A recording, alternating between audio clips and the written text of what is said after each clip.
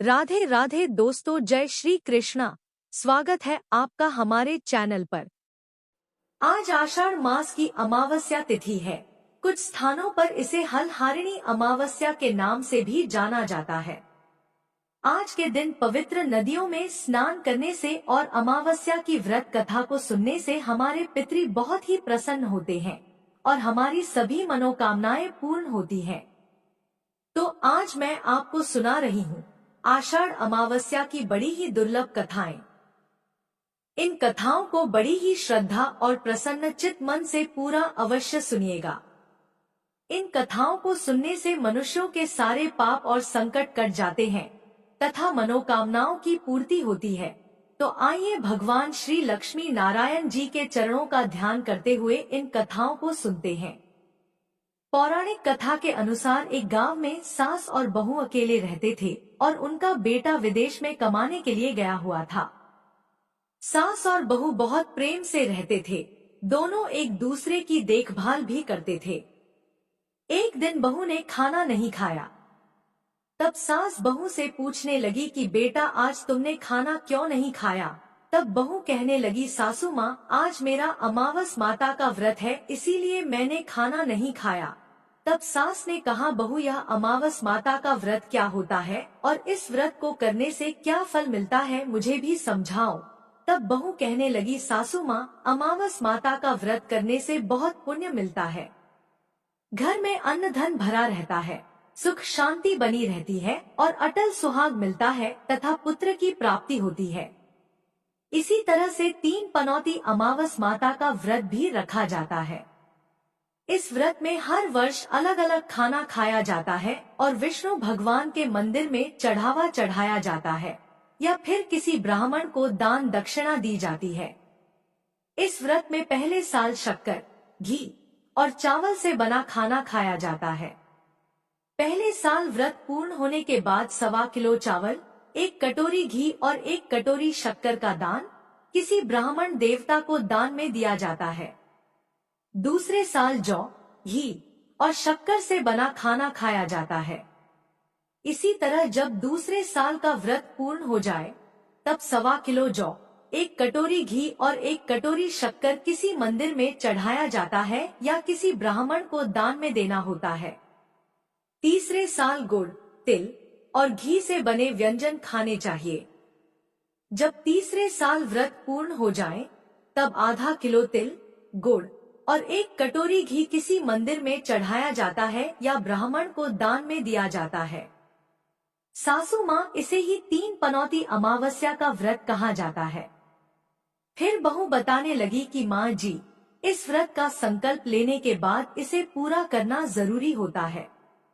अगर पूरा नहीं कर सकते तब घर परिवार में झगड़ा और अशांति हो जाती है। तब सासू माँ कहने लगी, बहू, मेरी तो उम्र हो गई है, लेकिन तुम यह व्रत जरूर करना। तब बहू यह व्रत करना प्रारंभ करती है। एक दिन बहू ने किसी के कहने पर गेहूं से बनी रोटी खा ली और अमावस माता इस बात से नाराज हो गई।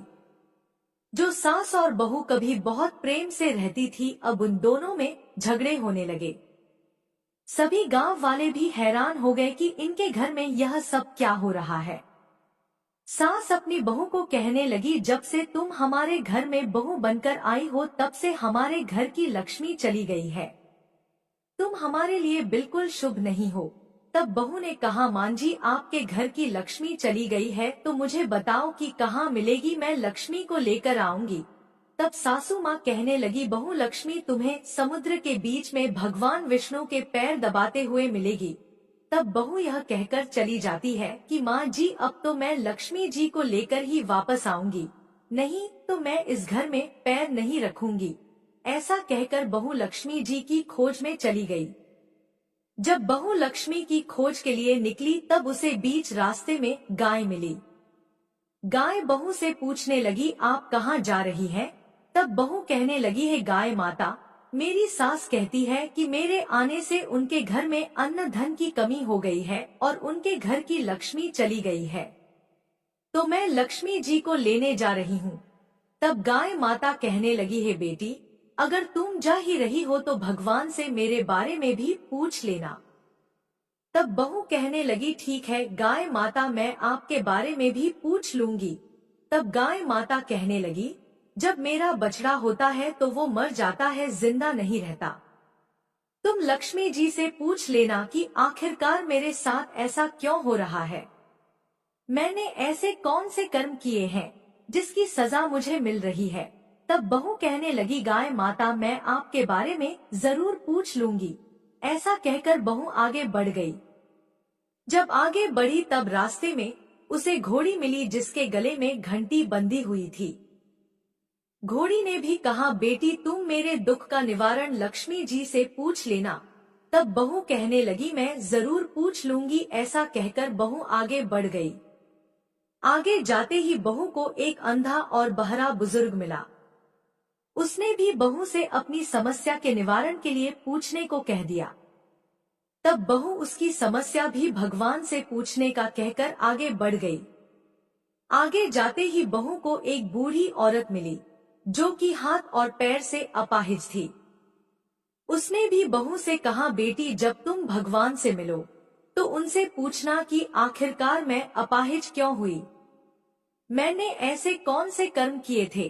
तब बहू उसकी समस्या पूछने के लिए तैयार हो गई और फिर आगे बढ़ गई। आगे जाते जाते बहू बहुत थक गई और एक आम के पेड़ के नीचे बैठ गई। आम का पेड़ बड़ा खुश होकर बहू से पूछने लगा, बेटी तुम कहाँ से आई हो और कहाँ जा रही हो। तब बहू कहने लगी, मैं लक्ष्मी जी को लेने जा रही हूँ। तब पेड़ भी अपनी समस्या भगवान से पूछने के लिए कहने लगा, मेरे पेड़ पर लगे हुए आम खट्टे ही क्यों होते हैं, इस बारे में बहुरानी भगवान से जरूर पूछ लेना। तब बहू पेड़ की समस्या लेकर आगे बढ़ गई। थोड़ी दूर जाने पर बहू को एक तलाई मिली। वह भी बहू से कहने लगी, बहू तुम भगवान से पूछना कि मेरी तलाई का पानी इतना मैला क्यों है, पानी नहीं पीता।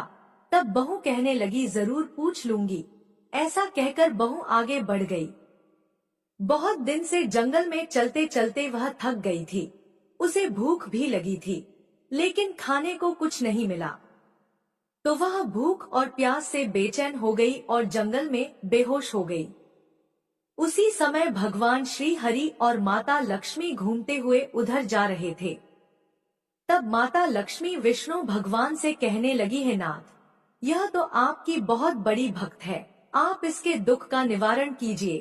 तब भगवान श्री हरि कहते हैं, इस संसार में तो बहुत से जीव दुखी हैं, सभी अपने अपने कर्मों का फल भोग रहे हैं, मैं किस किस के दुख का निवारण करूं। तब माता लक्ष्मी भगवान श्री हरि से विनती करने लगी, कहने लगी कि वह भूखी प्यासी है, अगर इसे ऐसे में जंगल में छोड़ दिया जाए तो जंगल के जानवर इसे खा डालेंगे। माता लक्ष्मी की बात सुनकर भगवान श्री हरि एक साधु का वेश धारण कर बहू के पास गए और उसे होश में लेकर आए। बहू के होश में आते ही साधु वेश में भगवान उससे पूछने लगे, तुम यहाँ क्यों आई हो और कहाँ जा रही हो। तब बहू ने सारी बात बता दी। उसकी बात सुनकर भगवान श्री हरि और माता लक्ष्मी प्रकट हो गए और उनके साथ साथ अमावस माता भी प्रकट हो गई। बहू यह सब देखकर उनके चरणों में गिरकर उन्हें प्रणाम करने लगी। तब अमावस माता बहू से कहने लगी, बेटी तूने मेरे व्रत को खंडित किया है, इसी की सजा तुझे मिली है, लेकिन अब मैं तुझे क्षमा करती हूँ। अब तुम घर को जाओ, तुम्हारा घर अन्न और धन से भर जाएगा, तुम्हारा घर सुंदर महल में बदल जाएगा और तुम्हारी सभी मनोकामनाएं भी पूर्ण हो जाएंगी।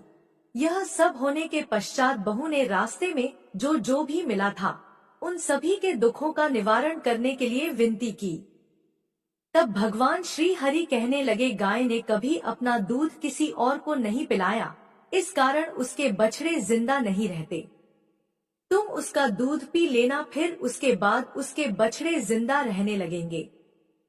और घोड़ी पिछले जन्म में आटा पीसने वाली महिला थी, वह किसी को आटा पीस कर नहीं देती थी, इसीलिए उसके गले में चक्की के पाट बंधे हुए हैं। तुम उसके पाट खोल देना, वह बिल्कुल ठीक हो जाएगी। और वह बुजुर्ग कभी भगवान के मंदिर नहीं गया, ना ही कभी उसने भगवान के भजन सुने। तुम उसे ले जाकर मंदिर में दर्शन करवा देना, इससे वह ठीक हो जाएगा। अपाहिज महिला ने कभी अपनी जवानी में दान पुण्य नहीं किया, इसलिए उसकी यह सजा मिली है। तुम उससे कुछ भी दान करवा देना तो उसकी विकलांगता दूर हो जाएगी। और वह आम का पेड़, उसने तो कभी अपने पेड़ के आम किसी बच्चे को खाने नहीं दिए, इसी कारण उसके सभी आम खट्टे होते हैं। अब तुम उस पेड़ का आम खा लेना, फिर उसके बाद से उस पेड़ पर मीठे आम आने लगेंगे। और तलाई का पानी पिछले जन्म में देवरानी जेठानी थी। वह हमेशा आपस में झगड़ा करती रहती थी, इसीलिए उसका पानी मैला है। तुम उसका पानी पी लेना तो वह तलाई शुद्ध हो जाएगी। फिर लोग वहां आकर पानी पीने लगेंगे। इस प्रकार बहू ने भगवान श्री हरि, माता लक्ष्मी और अमावस माता को प्रणाम किया, उन्हें धन्यवाद किया और अपने घर लौटने के लिए तैयार हो गई। रास्ते में उसे जो जो भी मिला, उनकी सभी समस्या भगवान के कहे अनुसार वह दूर करती चली गई। सभी ने उसे भर भर कर आशीर्वाद दिया।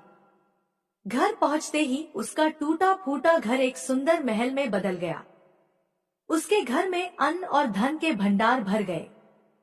अब बहू ने सासू माँ से कहा, सासू माँ, आपने तो सच में कहा था कि मैं आपके लिए शुभ नहीं हूँ। मेरे जाने से ही आपके घर में लक्ष्मी आई है। अब आप यहाँ रहे, मैं मरने जा रही हूँ। तब सास ने कहा, बेटी, यह सब तुम्हारे अमावस माता के व्रत करने का फल ही हमें मिला है। तुम यहीं पर रहो, अब तुम यहाँ से कहीं नहीं जाओगी। इस प्रकार सास और बहू खुशी खुशी रहने लगे। और फिर एक दिन सास का बेटा भी विदेश से वापस लौट आया।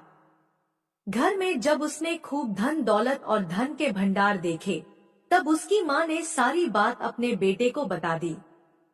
इस प्रकार वह लोग खुशी खुशी रहने लगे और तीनों मिलकर अमावस माता के व्रत रखने लगे। बोलिए अमावस माता की जय।